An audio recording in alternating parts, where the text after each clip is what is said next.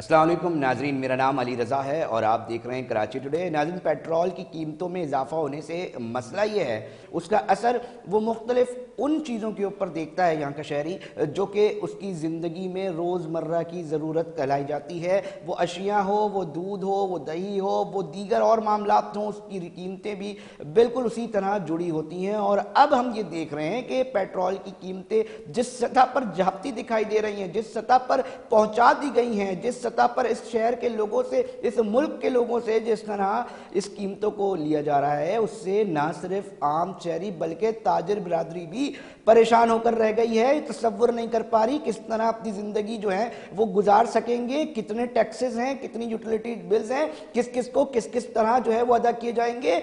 एक आम आदमी जिसकी तनख्वाह 25 से 30-40 हज़ार है, वो क्या 30-30 40-40 हज़ार सिर्फ इस यूटिलिटी बिल्स के ऊपर देकर अपनी ज़िंदगी गुजारेगा? क्या वो दीगर चीज़ें कर सकेगा?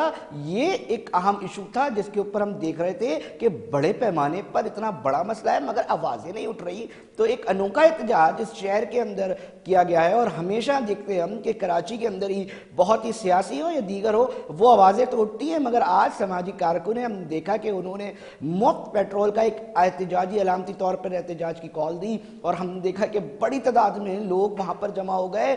आखिर ये एहतजाज अलामती तौर पर करने की उनको क्यों ज़रूरत पेश आई? मैं इस समाजी कारकुन ज़फ़र अब्बास हैं, बड़े मुतार्रिक रहते हैं, उनसे जानना चाहता हूँ। शहरी कहते हैं सियासी जमातें मुजरिमाना खामोशी इख्तियार करके रखी हुई हैं, एक आम आदमी का मसला है, उसके ऊपर वो आवाज़ें, उसकी शिद्दत नहीं दिखती। ये शिद्दत आपको किस तरह महसूस हो गई? आप किस तरह सड़क पर आ गए इस पेट्रोल के एहतजाज पे? ज़फ़र अब्बास साहब देखें, हम तो लोगों को देख रहे हैं सिर्फ कि जो हमारे लोग हैं, जो हमारे शहर में रहने वाले, हमारे वतन में रहने वाले लोग हैं, वो कैसे जिंदा रहेंगे। बात सीधी सी है, ज्यादा किसी लंबी उसमें पढ़ने की जरूरत ही नहीं है भाई। आप जानते हैं एवरेज तनख्वाहें एक मास्टर्स की लड़के 40,000, 45,000, 50,000, 60,000 रुपए, 30-35 हज़ार रुपए के घर के कोई घर में रहता है, 2 कमरों के 3री-4थी मंजिलों के फ्लैट है, दो कमरों को तो 25,000 रुपए रेंट लगा लें, 30-40 हज़ार रुपए की इलेक्ट्रिक भेज देती है बिजली की मद में। अब इस सारी कहानी के बीच में खाना तो कहीं है ही नहीं, तनख्वाह तो खत्म हो गई। अब उसके बाद वो जो पेट्रोल 60-70 रुपए लीटर होता था, अगर वो आप बोले जी IMF ने बोला है जी ये पेट्रोल कर दीजिए जी 1,000 रुपए लीटर या 25,000 रुपए लीटर, तो यार ये लोग जाएंगे किधर, ये तो बताएं। नहीं, आपके पास भी कंप्लेंट्स आती होंगी ना, किस तरह आप तो मतलब किस तरह की शिकायत लोग दरखास्तें लेकर आते होंगे ना आपके दफातर में भी? आप वो तो हमें बताएं, नाजरीन को भी बताएं कि किस तरह मुश्किल में हैं, किस तरह लोग आ रहे हैं आपके। लोग तो बहुत मुसीबत में हैं, कोई पूछने वाला नहीं है। आप देखें, सीधी बात है, अगर एक आम आदमी की बात करें जो बसों में सफर करता है, वो आदमी बेचारा 80-80 रुपए देकर 2 बसें करके 160 रुपए में अपने दफ्तर पहुंच रहा है, 160 रुपए में वापस आ रहा है। किसके पास जाके रोएगा कि मेरा 9,000 रुपए बस का किराया लग रहा है, मेरी तनख्वाह 12,000 रुपए, 18,000 रुपए में सिक्योरिटी गार्ड हूं। तो मैटर ये है, इस वक्त संजीदा बैठ के सोचने की जरूरत है। हमने तो एक एहतजाज अनाउंस किया कि सही है भाई, हम प्ले कार्ड लेके नहीं खड़े हो रहे। हमने मुखैर आजाद से रब्ता किया, शाहिद कुरैशी साहब जो बैरिया टाउन के कंट्री हेड हैं, कि भाई आप हमारे साथ ताउन करें। हम एहतजाजी तौर पर मुख्तलिफ शहरों के मुख्तलिफ पेट्रोल पंपों में खड़े होते हैं और लोगों को बगैर बताए, ये नहीं कि हम ऐलान करें इस पेट्रोल पंप पे आएंगे, हमें पता वहां तो लाखों लोग आ जाएंगे, भगदड़ मच जाएगी भाई। बिल्कुल। तो बगैर बताए भी खड़े होंगे तो आधे पौन घंटे के अंदर हजारों बाइकों के अंदर 3-3 दिन का पेट्रोल देते हैं, ताकि वो जो पैसा उनको बचे वो अपने बच्चों के खाने पे खर्च कर ले। कोई सोच सकता था 25,000 रुपए, 25 रुपए की एक रोटी मिलेगी? एक रोटी, अगर किसी के घर में 8 लोग हैं, 16 रोटियां 3 टाइम आएंगी, तो दिन का 1,200 रुपए की सिर्फ रोटी आएगी। ज़फ़र अब्बास साहब, आज तो आप मौजूद थे ना, लोगों ने जज्बात का इजहार भी किया होगा यकीनी तौर पे। याद करें क्या, अगर आप तो एक साफी हो ना भाई, आप तो एक बड़े चैनल पे एंकर हो, आप मुझे बताओ अगर आपका बिल आ जाए, बिल तो आते ही होगा, एक छोटे 2 कमरे के घर का बिल भी 60-70 हज़ार रुपए आ रहा है, तो क्या आपके पास कोई ऐसा रास्ता है जहां जाके आप अपना बिल कम करा सको कि भाई मेरे घर में तो स्प्लिट नहीं है, AC नहीं है, कुछ भी नहीं है, इतना बड़ा बिल क्यों भेज दिया? आप कहीं जा सकते हो? ज़फ़र अब्बास साहब, हमें छोड़े, सारे के सारे बड़े बड़े लोग ताजिर परेशान हो गए। मैं ये जानना चाहता हूं कि मुझे ये बताएं, आज जो मंजर देखा, लोगों ने कुछ ना कुछ अपनी भड़ास भी तो निकाली हो गई। आपने क्या बोला? शिकायत रोना तो किया होगा। इतना बड़ा मजमा मौजूद था, हजारों लोगों को पेट्रोल दिया गया, हजारों लोगों को, और उसके बाद जब वहां ऐलान हुआ 1.5-2 घंटे बाद के आज की यहाँ की कैंपेन खत्म हो गई, ना किसी ने गाली बकी, ना किसी ने शोर किया, लोगों ने फिर भी दुआएं दी। कि यार तुमने कम से कम जितने लोगों को दे दिया 1000 लोगों को, उनके बच्चे तो 3 दिन सुकून से रोटी खा लेंगे, पेट्रोल का पैसा बच जाएगा। तो मैटर ये कि भाई इस वक्त तो लोग बहुत मुसीबत में आ गए। और सबसे बड़ी बात ये कि लोग तो सियासी पार्टियों में सब देखे थे ना, ये इनको इनके लिए आवाज उठानी है। हम तो जब हमने देखा सब खामोश है तो हमने फिर बोला चले आए रोड पे हमली एक पुरअमन प्रोटेस्ट भी हो जाएगा और हुक्मरान देखेंगे आया ऐसा क्या हो गया। हमने तो रोटी के लिए लाइनें देखी थी इस मुल्क में, हमने तो आटे के लिए लाइनें देखी थी इस मुल्क में, चावल के लिए देखी थी, घी तेल के लिए लाइन में भगदड़ मच के लोगों को मरते हुए देखा था।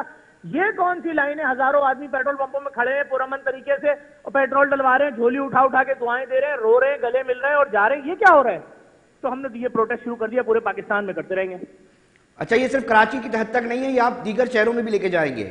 पूरे पाकिस्तान, तो पिशावर, लाहौर, इस्लामाबाद, दिल्ली, मुल्तान, कोयटा, हर जगह जाएंगे। जफर अब्बास साहब, मैं ये जानना चाहता हूँ और शहरी भी ये जानना चाहेंगे, इस एहतजाज की जो फील निकालना चाह रहे हैं, जो एहसास दिलाना चाह रहे हैं, आपको लगता है उस जगह पर बैठे लोग जो करता धरता है उनको उस तकलीफ का, उसको इस एहतजाज का कोई एहसास हो सकेगा? देखें, ये कोई आम बात तो नहीं है यार। दुनिया के किस मुल्क में पेट्रोल बढ़ता है पेट्रोल पंपों में फ्री में? आप मुझे नाम बताओ। एथोपिया, सोमालिया, शाम, इराक, कहां किस मुल्क में बढ़ता है मुझे नाम बताओ। अफ्रीका के किसी जंगल में बढ़ता है? भाई हम तो यूनी के एहतजाज लेकर आए, किसी ना किसी के कान पे तो जू रेंगेगी। ऐसी क्या कयामत आ गई? कोई तो बनाएगा बजट बैठ के कि ये तो महीना 90,000 रुपए में गरीब का नहीं गुजर रहा, कहां महंगाई ले गए हो। अभी मैं जतोई साहब को इंटरव्यू दे रहा था TV1 पे, मैंने कहा 600 रुपए लीटर कुकिंग ऑयल कर दिया, तो वो कहने लगे भाई मैं तो कल 1500 रुपए लीटर खरीद के आया हूं। यानी अगर आप घर में अगर 12 लीटर कुकिंग ऑयल लाएंगे दाल सब्जी पकाने के लिए, तो वो उसके लिए आपको 18,000 रुपए चाहिए। क्या मजाक हो रहा है भाई? यकीनी तौर पे फिर बात यह है कि लोग हमें भी देखें, phones, calls, messages, social media के जरिए लोग परेशानी का इजहार करते दिखाई देते हैं। तालीम का बजट दूसरी तरफ, सेहत के मसले दूसरी तरफ, दीगर जगहों पे कहाँ हर चीज़ को तो निजी स्टेट बना दिया, निजी तालीमी इदारे, निजी सेहत के सिलसिले। कहाँ जाएगा एक आम आदमी? जफर अब्बास साहब, कोई उम्मीद, कोई चीज़ देना चाहेंगे, कोई मरहम, कोई ऐसी चीज? मैं आपको नतीजे पे ले आता हूं। देखें, अब पाकिस्तानी कौम जो है, देखें आप डॉलर कम कर दें, डॉलर कम होना शुरू हो गया जब से हाफिज साहब ने बोला है, लेकिन आपके सामने चीनी के रेट कहाँ है, आपके सामने आटे के रेट कहाँ है, आपके सामने पेट्रोल के रेट कहाँ है? सब तो बढ़ ही रहा है ना। मैं सिर्फ इतना कहूंगा, पूरी पाकिस्तानी कौम को चाहिए दुआ करें कि अल्लाह ताला कोई ऐसे असबाब बना दें, जिस तरह से ये बोल रहे हैं कि हम सब चीजों को कंट्रोल कर देंगे, अल्लाह इनको ताकत दे, वो चीजें कम हो जाएं तो लोग जिंदा बच जाएंगे। मसला ये है दुआ से, सर दुआ से काम नहीं चलेगा सिर्फ, सर दुआ से सिर्फ काम नहीं चलेगा जफर अब्बास साहब, दवा भी करनी पड़ेगी। दवा करते दिखाई दे रहे हैं आपको, मैं जाती राय जानना चाह रहा हूँ आपसे। यार आप मुझे बताओ, पेट्रोल पे 24 रुपए बढ़े, किसी ने एक ट्वीट तक तो किया नहीं यार। तो ये बड़ी मैं क्या नाम लूं किसी का यार? मैं तो इतना ही बोल सकता हूँ भाई, इतना बड़ा ये आप क्या समझते हो यार? 24 रुपए लीटर पे बढ़ जाना, 60, 70, 80, 90 वाला पेट्रोल 200, 332 रुपए पे आ जाना, कोई सोच सकता था? 60 रुपए वाली चीनी 1.5, 2 साल 3 साल के अंदर 180 और 190 पे आ जाएगी। आटा 300 रुपए का 10 किलो मिलता था, आज 1800, 2000 का मिल रहा है। ये यार क्या है यार? मगर जफर अब्बास साहब, फिर वही सवाल उठता है क्या ये मुल्क जो है वो क्या समाजी जो तंजीमें हैं वो चलाएंगी? मसला यह है कि कोई तो ऐसी हिकमत अमली नजर आए।